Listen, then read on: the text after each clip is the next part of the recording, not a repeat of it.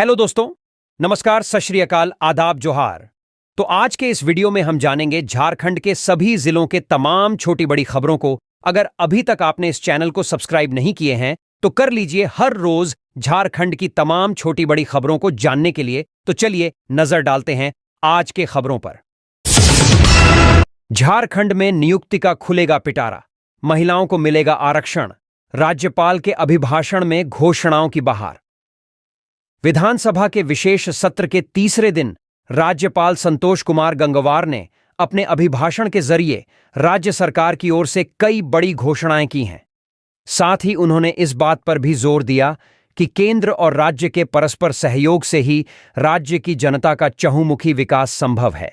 उन्होंने स्पष्ट किया कि सरकार राज्य में 60,000 पदों पर शिक्षकों, 15,000 पदों पर प्रधानाध्यापकों, अलग अलग कार्यालयों के लिए 2,500 क्लर्क के अलावा 10,000 पुलिसकर्मियों की नियुक्तियां की जाएगी। इसके अलावा 10,000 भाषा शिक्षकों की नियुक्ति होगी। उन्होंने यह भी कहा कि केंद्र सरकार और उनकी कंपनियों के पास बकाया 1.36 लाख करोड़ वापस लाने के लिए उनकी सरकार कानून का सहारा लेगी। राज्यपाल के अभिभाषण के खास बिंदु इस प्रकार हैं: स्थानीय नीति बनाकर 3rd और 4th ग्रेड की नौकरी में आदिवासी और मूलवासी को 100% आरक्षण देगी सरकार। सालों से खास महल और जमाबंदी की जमीनों पर रह रहे परिवारों को जीने का अधिकार मिलेगा। गैर मजरूआ यानी बिना खेती वाली जमीन पर बसे रैयत अब जमीन की रजिस्ट्री और रसीद कटा सकेंगे, जबकि यह व्यवस्था 2017 से बंद पड़ी थी। किसानों में बिना ब्याज के कृषि ऋण मुहैया कराया जाएगा।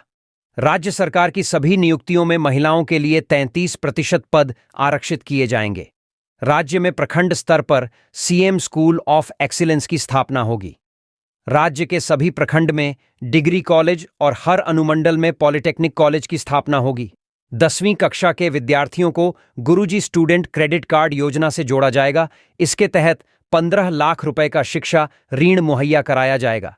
सभी प्रखंडों में बाबा साहेब भीमराव अंबेडकर लाइब्रेरी सह शिक्षा सहयोग केंद्र की स्थापना होगी। सरकारी स्कूलों में केजी से पीएचडी तक मुफ्त शिक्षा मिलेगी। मुख्यमंत्री रोजगार सृजन योजना के तहत 50 लाख तक का ऋण उपलब्ध कराया जाएगा। राज्य में मदरसा बोर्ड का गठन होगा। गरीब परिवारों को हर माह 7 किलोग्राम चावल और 2 किलो दाल उपलब्ध कराया जाएगा।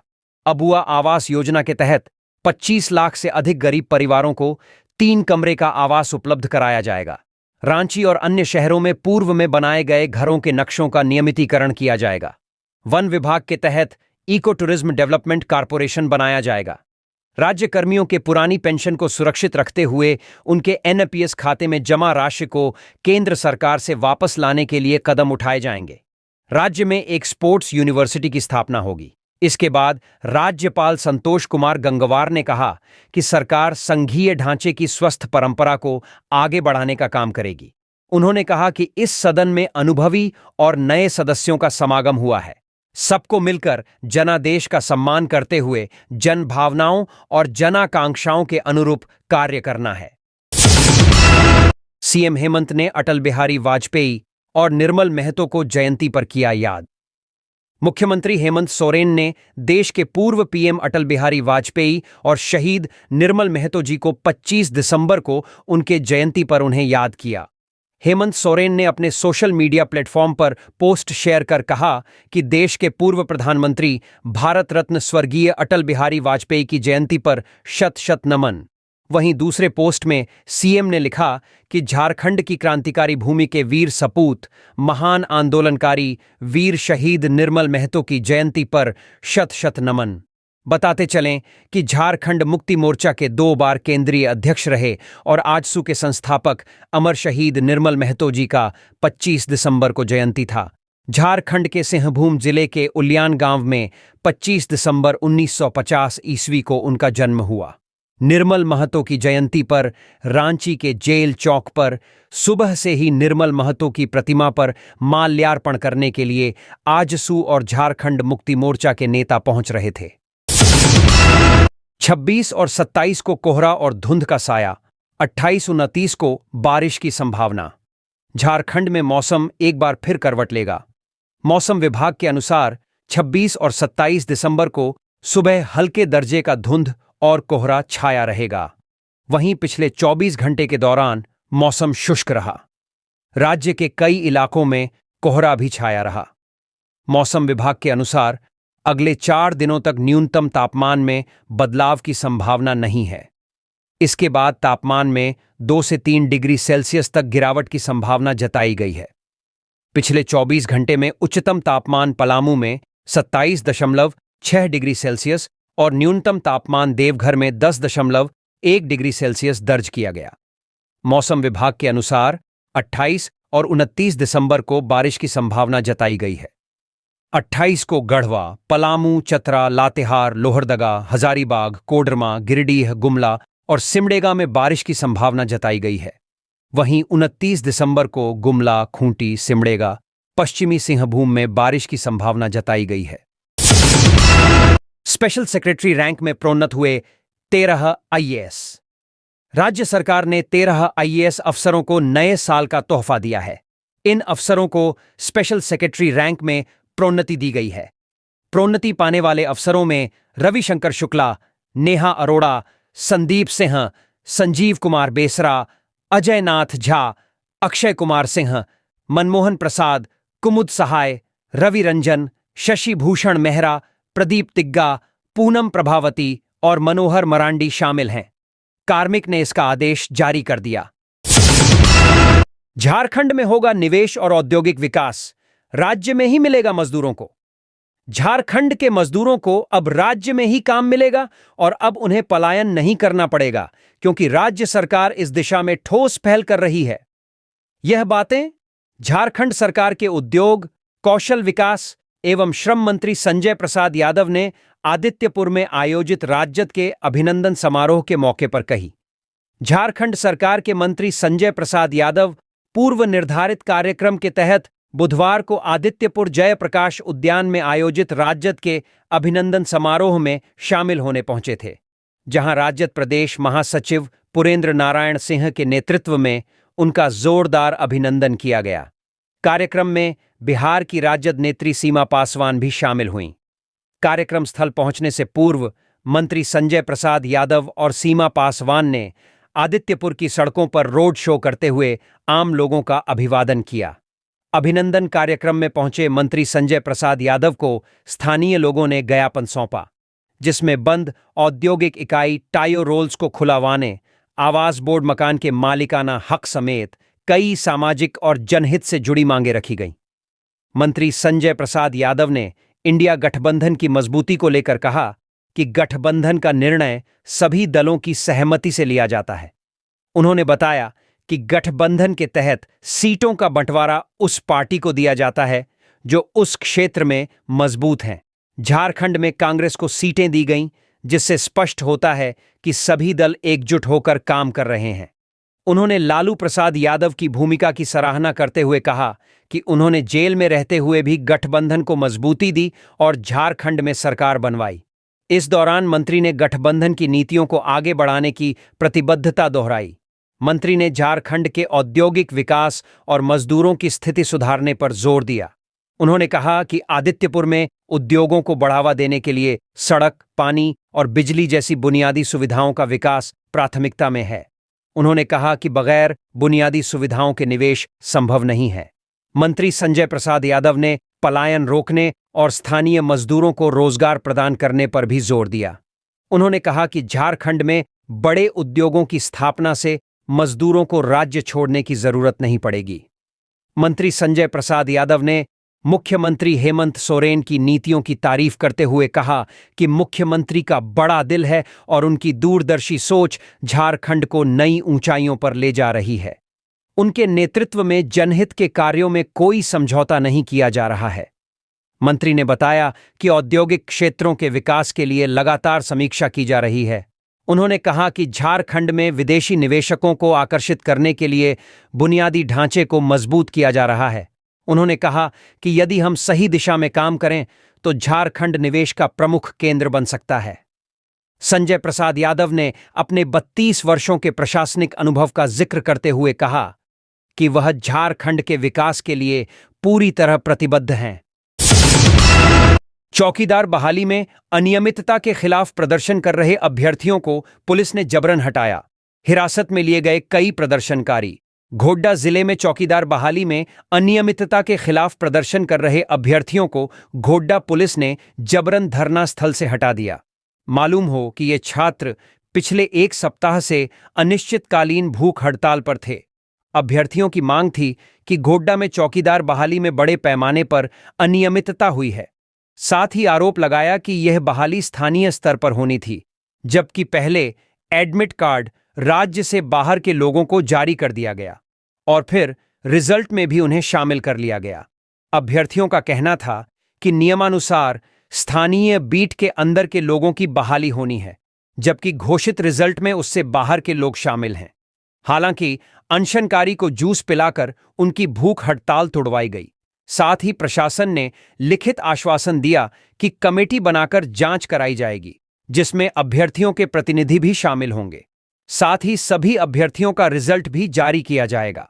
लेकिन अनशनकारियों का अनशन तोड़वाए जाने के बावजूद कई अभ्यर्थी रिजल्ट रद्द करने की मांग पर अड़े रहे, जिसको लेकर प्रशासन ने सख्ती बरतते हुए शहीद स्तंभ से उनका टेंट हटा दिया और उन्हें हिरासत में ले लिया। इस दौरान सदर डीएसपी जेपीएन चौधरी और नगर थाना प्रभारी दिनेश महली दल बल के साथ मौजूद थे। एक दशक बाद 11 सड़कों के निर्माण कार्य पर लगी रोक हटी। अब इलाके में विकास को मिलेगी रफ्तार। करीब एक दशक से नक्सल प्रभावित इलाके के 11 सड़कों के निर्माण कार्य पर लगी रोक को हटा लिया गया है। 2013 से 14 में प्रधानमंत्री ग्राम सड़क योजना के तहत पलामू में 17 सड़कों के निर्माण कार्य में घोटाला की बात सामने आई थी, जिसके बाद ये रोक लगाई गई थी। घोटाले की बात सामने आने के बाद पूरे मामले में ग्रामीण विकास विभाग के तरफ से एफआईआर करवाई गई थी। बाद में सरकार ने इस घोटाले की जांच एसीबी से करवाने का निर्णय लिया। सभी रोड घोटाले की जांच एसीबी की टीम कर रही थी। एसीबी जांच के कारण रोड का निर्माण कार्य नहीं हो पा रहा था, जिस कारण 150 गांव के हजारों की आबादी प्रभावित हो रही थी। लोकसभा चुनाव के दौरान भी ग्रामीणों ने रोड निर्माण को लेकर हंगामा किया। इसके अलावा पूरे मामले में पलामू के सांसद विष्णुदयाल राम ने भी मुख्य सचिव को पत्र लिखा और एसीबी को रोड निर्माण के लिए एनओसी देने को कहा, जिसके बाद झारखंड सरकार के वित्त मंत्री राधा कृष्ण किशोर ने पूरे मामले में पहल की है। मंत्री की पहल के बाद 11 सड़कों के निर्माण के लिए एनओसी जारी किया गया है। पाटन के कांके से सुट्ठा रोड, ब्रह्मोरिया से नावाड़ी रोड, बिटी रोड से कवल, छतरपुर के टीओपी, पाटन पड़वा रोड, मायापुर नावाड़ी रोड, बिरजा से जमडीहा, गोदरमा से नावगढ़, रामगढ़ से दिनाबार, बरांव से ओढ़नार, बिटी रोड गम्हरिया शामिल है। सभी रोड के निर्माण कार्य में 2014 में लागत से अधिक भुगतान किया गया था, जिसके बाद मामले में कार्रवाई शुरू हुई थी। पार्टी का झंडा फेंकने पर भाजपा नेताओं में आक्रोश। पूर्व सांसद ने कहा, कार्रवाई नहीं हुई तो उग्र आंदोलन होगा। पूर्व प्रधानमंत्री अटल बिहारी वाजपेयी का 100वीं जयंती के मौके पर अटल चौक में लगाए पार्टी के झंडे को उखाड़ फेंकने से भाजपा कार्यकर्ताओं में पुलिस के खिलाफ आक्रोश देखा गया। जयंती के मौके पर भाजपा के पूर्व सांसद सुनील सोरेन, पूर्व प्रदेश अध्यक्ष अभयाकांत प्रसाद, जिलाध्यक्ष अमृत पांडेय सहित सैकड़ों कार्यकर्ताओं ने पूर्व प्रधानमंत्री की आदमकद प्रतिमा पर माल्यार्पण किया और श्रद्धांजलि अर्पित की। कार्यक्रम के बाद जिलाध्यक्ष के नेतृत्व में दर्जनों कार्यकर्ता नगर थाना पहुंचे और थाना प्रभारी हरिदेव प्रसाद से मिले। पार्टी का झंडा उखाड़ फेंकने को लेकर आक्रोश जताया। थाना पहुंचे भाजपा जिलाध्यक्ष अमृत पांडेय, अनुग्रहित प्रसाद साह, हिसाबी राय आदि ने बताया कि भारतीय जनता पार्टी विश्व की सबसे बड़ी पार्टी है और केंद्र में सरकार भी है, और उसी पार्टी के झंडे को उखाड़ फेंकने से सभी भाजपाइयों को ठेस पहुंचा है। पार्टी का झंडा का अपमान बर्दाश्त नहीं किया जाएगा। हालांकि थाना प्रभारी ने कहा कि यह मिस्टेक हुआ है और ऐसा दोबारा नहीं होगा। इस मामले में दुमका के पूर्व सांसद सुनील सोरेन ने कहा कि हेमंत सोरेन के शासनकाल में पुलिस का मनोबल बढ़ा है और भाजपा से टकराना महंगा पड़ेगा। उन्होंने कहा कि हम शांतिपूर्ण तरीके से थाना प्रभारी एवं अन्य पुलिस पदाधिकारी व कर्मियों के खिलाफ पुलिस के वरीय पदाधिकारियों को शिकायत करेंगे और यदि कार्रवाई नहीं हुई तो पार्टी आगे आंदोलन का रास्ता अख्तियार करेगी। वहीं नगर थाना प्रभारी हरिदेव प्रसाद ने कहा कि वरीय पदाधिकारी के निर्देश पर झंडा इसलिए उतारा गया था क्योंकि कहा गया था कि कार्यक्रम समाप्त हो गया है, लेकिन कार्यक्रम आज है, इसकी जानकारी नहीं थी। थाना प्रभारी ने कहा कि हम सभी दलों एवं उसके नेता व कार्यकर्ता का सम्मान करते हैं। थाना प्रभारी ने कहा कि जिस चाहार दीवारी में झंडा था वह नगर परिषद की है, यह जानकारी हमें नहीं थी। झारखंड पुलिस के डीजी के करीबी से 2 लाख रुपये की ठगी। झारखंड पुलिस के डीजी मुरारी लाल मीणा की आवाज में उनके करीबी से ही साइबर अपराधियों ने 2 लाख रुपये की ठगी कर ली है। मुरारी लाल मीणा वर्तमान में डीजी रेल के पद पर पदस्थापित हैं और वो इस साल 31 दिसंबर को सेवानिवृत्त होने वाले हैं। खबर लिखे जाने तक इस मामले में प्राथमिकी तो दर्ज नहीं हुई थी, लेकिन झारखंड पुलिस की साइबर सेल पूरे मामले की जांच में जुट गई है। जिस खाते में रुपए ट्रांसफर किए गए हैं उस खाता के खाताधारक तक पहुंचने के लिए पुलिस प्रयासरत है। जानकारी के अनुसार ठगी की घटना को अंजाम देने के लिए साइबर अपराधियों ने वॉइस आर्टिफिशियल इंटेलिजेंस का उपयोग किया। इसी के तहत साइबर अपराधियों ने डीजी रेल मुरारी लाल मीणा के करीबी को एक अज्ञात नंबर से कॉल किया, पहले हालचाल जाना। इस पर करीबी को लगा कि मुरारी लाल मीणा ही उससे बात कर रहे हैं। इसके बाद उक्त अज्ञात नंबर वाले साइबर अपराधी ने मुरारी लाल मीणा के आवाज में ही उनके करीबी से कहा कि वे अभी अस्पताल में हैं, उनके एक पारिवारिक सदस्य का ऑपरेशन होना है, 2 लाख रुपए की तत्काल जरूरत है, उसके बाद ही ऑपरेशन हो पाएगा, वे बाद में उक्त रुपये वापस कर देंगे। उसने तत्काल आरटीजीएस करने को कहा। इसके लिए उसने अपना खाता नंबर भी दे दिया। डीजी के करीबी को लगा कि आवाज तो उन्हीं की है, वे जरूर किसी परेशानी में हैं, इसलिए उन्होंने 2 लाख रुपए आरटीजीएस कर दिया। इसके बाद पता चला कि वो ठगी के शिकार हुए हैं। भाजपा जिला कार्यालय में मना पूर्व प्रधानमंत्री अटल बिहारी वाजपेयी का जन्म शताब्दी समारोह। पलामू सांसद बीडी राम ने कहा कि भारत रत्न अटल बिहारी वाजपेयी देश के 9 रत्नों में शामिल थे। वे एक ऐसे राजनेता थे जिन्होंने अपनी बुद्धिमत्ता, दूरदर्शिता और ईमानदारी के साथ भारत की भविष्य को सुनहरा आकार दिया। सांसद लातेहार में भाजपा कार्यालय में पूर्व प्रधानमंत्री व भारत रत्न अटल बिहारी वाजपेयी का जन्म शताब्दी समारोह को बतौर मुख्य अतिथि संबोधित कर रहे थे। कार्यक्रम की अध्यक्षता जिला अध्यक्ष पंकज कुमार सिंह ने की। इससे पहले सांसद श्री राम व अन्य अतिथियों ने दीप प्रज्वलित कर कार्यक्रम का शुभारंभ किया। प्रदेश कार्य समिति के सदस्य राजधानी प्रसाद यादव ने अटल बिहारी वाजपेयी भारतीय राजनीति के एक आदर्श नेता बताया और उनकी उपलब्धियों चर्चा की। पूर्व सीएम रघुवर दास 27 को लेंगे बीजेपी की सदस्यता। झारखंड के पूर्व सीएम रघुवर दास एक बार फिर सक्रिय राजनीति में आने के लिए तैयार हैं। जानकारी के अनुसार वे 27 दिसंबर को बीजेपी की सदस्यता ले सकते हैं। मंगलवार को उन्होंने ओडिशा के राज्यपाल के पद से इस्तीफा दे दिया था। रघुवर दास की गिनती भाजपा के फाउंड मेंबर में भी होती है। वे 2014 से 2019 तक झारखंड में सीएम की कमान भी संभाल चुके हैं। जमशेदपुर पूर्वी से 5 बार विधायक भी रह चुके हैं। अब मीडिया में नहीं दूंगा बयान, बुरा लगता है तो लगे। डॉक्टर इरफान। स्वास्थ्य मंत्री डॉक्टर इरफान अंसारी ने कहा है कि कुछ लोग छल कपट करके मीडिया का सहारा लेकर मेरी छवि को धूमिल करने का प्रयास करते हैं। ये लोग अब तो बाज आए। कहा कि काफी मेहनत से जनता के दिलों में जगह बनाई है, इससे हमें दूर नहीं कर सकते हैं। अपने सोशल मीडिया पोस्ट में आगे लिखा कि अब मैं मीडिया में बयान नहीं दूंगा, जिसको बुरा लगता है तो लगे और जिसको अच्छा लगता है तो लगे। इरफान ने कहा है कि ऐसे लोगों को समय रहते ही पहचान लेना चाहिए और उनसे दूरी बनाकर रखना चाहिए। जानबूझकर मीडिया को मेरे आवाज में भेजकर मेरी छवि को खराब करते हैं। कभी कभी मीडिया की बेबसी मुझे देखी नहीं जाती। इरफान ने आगे लिखा है कि यह सोचकर बयान देता हूं कि उनकी दुकानदारी चले, लेकिन ये लोग बयान में भी जात पात को डालकर मेरी छवि खराब करते हैं। कुछ लोग अपना टीआरपी बढ़ाते हैं तो कुछ लोग मुझे नीचा दिखाते हैं। इरफान ने कहा है कि मुझे राहुल गांधी, हेमंत सोरेन और गुलाम अहमद मीर से कोई अलग नहीं कर सकता। मैंने पहले भी इनका नाम रोशन किया है, आगे भी करता रहूंगा। संभल कर चलना मेरी जवाबदेही है। जेएसआईआरसी ने फीस की नई दरें की तय। बिजली टैरिफ निर्धारण के लिए देने होंगे 20 से 40 लाख फीस।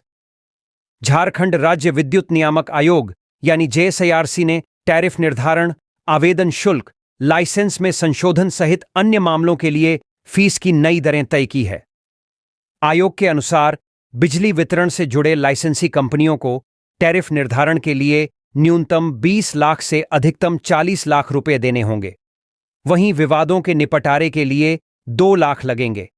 अगर बिजली कंपनियां शुल्कों, शर्तों आदि के निर्धारण के लिए आवेदन करेंगे तो 2 लाख रुपए देने होंगे। वहीं लाइसेंस लेने के लिए आवेदन शुल्क और वार्षिक शुल्क के रूप में 1 लाख रुपए देने होंगे। पूर्व से अनुमोदन की इच्छा रखने वाली कंपनियों के लिए आवेदन शुल्क 5 लाख रुपए रखा गया है। लाइसेंस में संशोधन के लिए आवेदन देने पर 1 लाख लगेंगे। लाइसेंस रद्द करने के लिए आवेदन देने पर 1 लाख शुल्क लगेंगे। थर्मल प्लांट और हाइडल पावर यानी पन बिजली प्लांट लगाने के लिए न्यूनतम 30 लाख और अधिकतम 60 लाख रुपए देने होंगे। यह फीस प्लांट की क्षमता के आधार पर निर्धारित होगा। विवादों के निर्णय के लिए 7 लाख रुपए देने होंगे। टैरिफ आदेश या बिजली खरीद की समीक्षा के लिए आवेदन देने पर 7 लाख लगेंगे। मुख्य विद्युत निरीक्षक के निर्णय के खिलाफ अपील पर 25,000 रुपए देने होंगे। एक्शन में मंत्री चमरा लिंडा, गुमला के जिला कल्याण पदाधिकारी को किया शो कॉज। झारखंड के एसटी, एससी और ओबीसी कल्याण मंत्री चमरा लिंडा एक्शन मोड में हैं। उन्होंने स्कूली बच्चों को दिए जाने वाले जूते की गुणवत्ता पर सवाल खड़े किए हैं। इतना ही नहीं, चमरा लिंडा ने गुमला के जिला कल्याण पदाधिकारी को शो कॉज भी किया है। साथ ही गुमला के जूता आपूर्तिकर्ता को ब्लैक लिस्ट करने और उसका भुगतान रोकने का भी आदेश दिया है। चमरा लिंडा ने वार्निंग दी है कि अगर स्थिति नहीं सुधरी तो अफसरों के साथ आपूर्तिकर्ताओं के खिलाफ भी प्राथमिकी दर्ज की जाएगी। मंत्री चमरा लिंडा ने स्कूली बच्चों को दिए जाने वाले जूते की गुणवत्ता को लेकर आदिवासी कल्याण आयुक्त सवाल पूछे। उन्होंने पूछा कि बच्चों को लेदर की जगह रेक्सीन का जूता क्यों दिया जा रहा है। इतना ही नहीं, मंत्री चमरा लिंडा जूता लेकर आदिवासी कल्याण आयुक्त के पास पहुंच गए और दिखाकर बताया कि देखिए, रेक्सीन का जूता तुरंत फट गया। इसी बाबत में उन्होंने गुमला में जूता के आपूर्तिकर्ता को ब्लैक लिस्ट करने और पेमेंट रोकने का भी आदेश दिया। साथ ही गुमला के जिला कल्याण पदाधिकारी को शो कॉज किया।